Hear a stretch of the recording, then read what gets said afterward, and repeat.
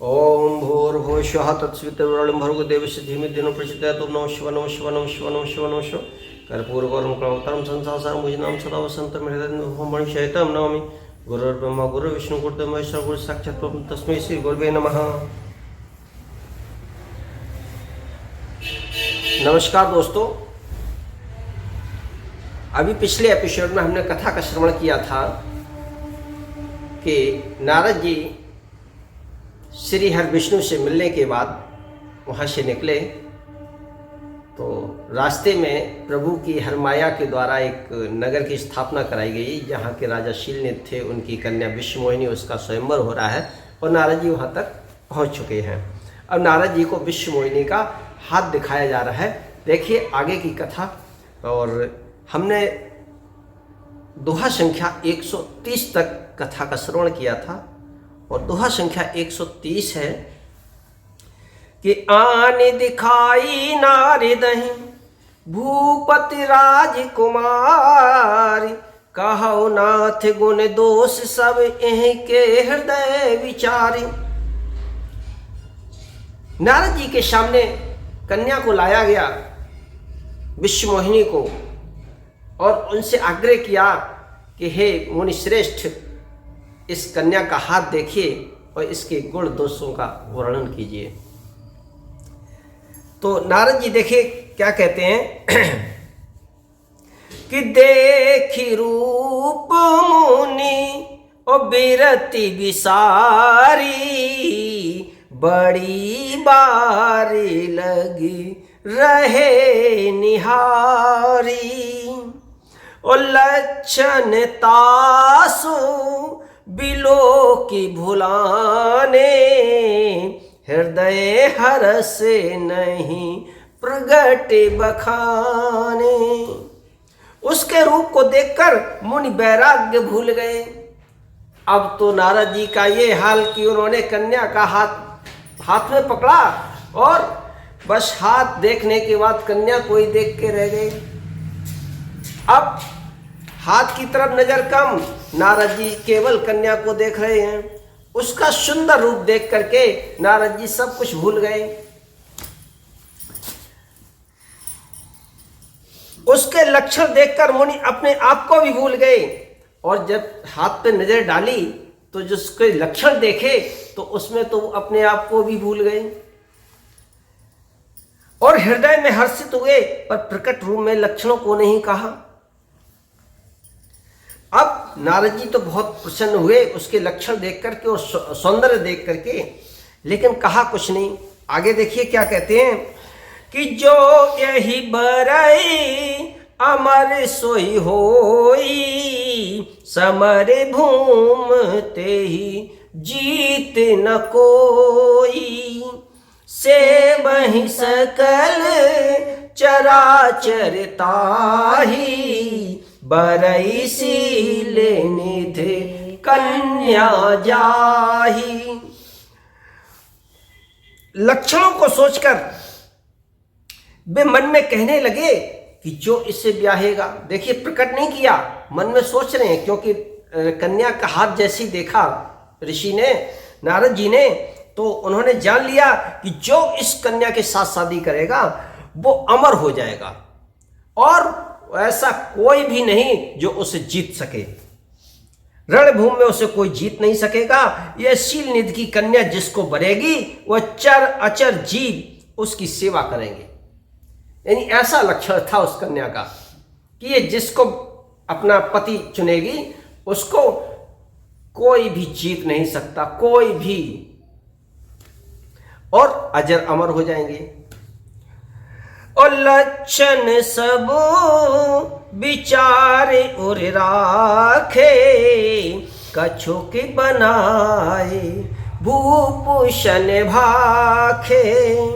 और सुता सुलक्षण कहे नृप पाही, नारद चले सोच मन माही। अब सब लक्षणों को विचार कर मुनि ने अपने हृदय में रख लिया और राजा से कुछ अपनी ओर से बनाकर कह दिया और राजा से लड़की के सुलक्षण कहकर नारद जी चल दिए, पर उनके मन में वह चिंता थी। देखिए, जो लक्षण थे कन्या के वो सच नहीं बताए नारद जी ने, उनको तो छुपा गए और कुछ उन्होंने कि हाँ ठीक है, सब ठीक है और बहुत अच्छा है और ठीक है, और कह के नारद जी वहां से निकल लिए। अब नारद जी रास्ते में सोचते जा रहे क्या करें क्या करें, क्यों, वो कन्या से अगर शादी हो जाती है तो हम अजर अमर हो जाएंगे, कोई मुझे जीत नहीं सकेगा। नारद जी के मन में ये आ गया, ये प्रभु की माया है। देखिए, क्योंकि नारद जी को अभिमान हो गया था कि मैंने कामदेव को जीत लिया है, तो प्रभु ने इसीलिए विश्व मोहिनी का रूप पेश कर दिया और विश्व मोहिनी के आगे नारद जी फ्लैट। आगे देखिए, अकरो जाई सोई जतन विचारी, जेहि प्रकारी मोहि बरै कुमारी, जप तप कछु न होय तेहि काला, हे विधि मिलई कवन विधि वाला। और मैं जाकर सोच विचार कर अब यही उपाय करूं जिससे कन्या मुझे वर ले। यानी नारद जी के मन में भी यही चल रहा है। और इस समय इस उधेड़ वन में नारद जी जप तप पूजा पाठ सब भूल गए। हे विधाता, मुझे यह कि कन्या किस तरह मिलेगी, बस यही उनके मन में है। यानी जो नारायण नारायण करते थे वो भी भूल गए। अब तो नारद जी की दशा देखने लायक थी। आगे देखिए कि यही अवसर चाहिए परम और शोभा रूप विशाल, जो बिलो की रीझे कुंवर तब मेले जयवाल। देखिए, और इस समय तो बड़ी भारी शोभा और विशाल सुंदर रूप चाहिए था। अब रानी वो विश्व मोहिनी तभी बनेगी जब एक सुंदर कद काठी का नवयुवक वहां होगा, उन राजाओं में जहां राजा आए हुए थे, तो तभी तो बनेगी। अब नारद जी सोचने लगे सुंदर रूप कहां से मिले। तो उन्होंने कहा जब सुंदर रूप होगा तभी ये मुझ पर रीझ जाएगी और जयमाला मेरे गले में डाल देगी। ओ हरि सन मांगो सुंदरताई, होई है जाते गहरु अति भाई, ओ मोरे हित हरि सम नहीं को, यही अवसर सहाय सोई हो। अब नारद जी के मन में आया कि एक काम करूं कि भगवान से सुंदरता मांगूं। उनके पास जाने में बहुत देर हो जाएगी, किंतु श्री हरि के समान मेरा हितु भी कोई नहीं है, इसलिए इस समय वे ही मेरे सहायक हो सकते हैं। और बहु विधि विनय कीन्हते काला, प्रगट्यो प्रभु को तुकी कृपाला। ओ प्रभु बिलो की मोने नयन जुड़ाने, होए है काजू ये हर्षाने। अब देखिए, उस समय नारद जी ने भगवान की बहुत प्रकार से विनती की, तब लीलामय कृपाल प्रभु वहीं प्रकट हो गए। अब उनको तो सब करना ही था, उन्होंने सब ये रचा ही था। तो जैसे ही नारद जी ने भगवान का ध्यान लगाया और प्रभु तुरंत हाजिर। उन्होंने तुरंत सब मोबाइल की तरह घंटी लगाई, कट, और घंटी उधर पहुंची। अब तो वीडियो कॉल जैसे ही लगाई भगवान तुरंत खड़े। अब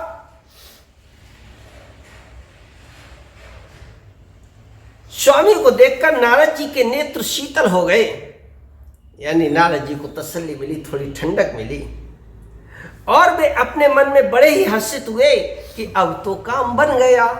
उन्होंने कि देखो, हमने याद किया, प्रभु हाजिर, अब तो काम बन गया।